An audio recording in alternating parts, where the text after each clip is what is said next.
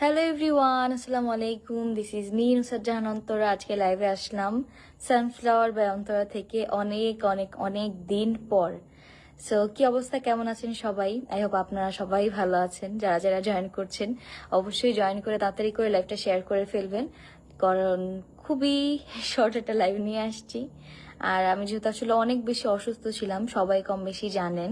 So অনেকেই update জানতে চাচ্ছিলেন। দেন আমাদের নতুন শপ যে ওপেন হয়েছে, আমি কোনো কিছুই বলতে পারিনি, কোনো কিছুই মানে আপনাদের সাথে শেয়ার করা হয়নি। সো দ্যাটস ওয়াই ভাবলাম যে এখন ছোট্ট একটা লাইভ করে ফেলি, অ্যাটলিস্ট আপনাদের সাথে ছোটখাটো যা যা বিষয়গুলো ছিল ওগুলো শেয়ার করি। সো কি অবস্থা, কেমন আছেন সবাই? আই নো আমার জন্য সবাই অনেক অনেক অনেক বেশি দোয়া করছেন, যার জন্য হয়তো বা এখন একটু সুস্থ।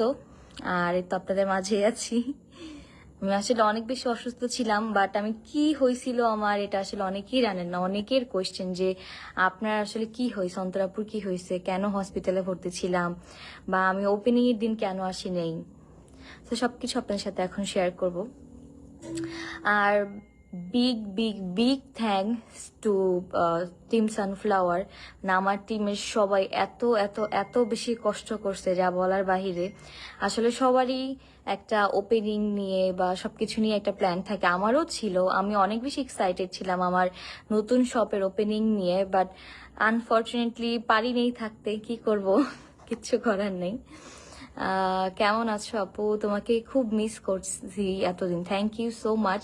আমি আসলে এখনো অনেকটা অসুস্থ, এখনো মানে কথা বলতেছি যে মানে মাথা কাজ করতেছে না, এরকম একটা অবস্থা।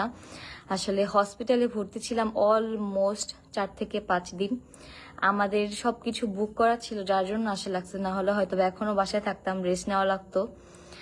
বাট এই তো আপনাদের দোয়া এন্ড ভালোবাসায় সুস্থ আছি, এটাই।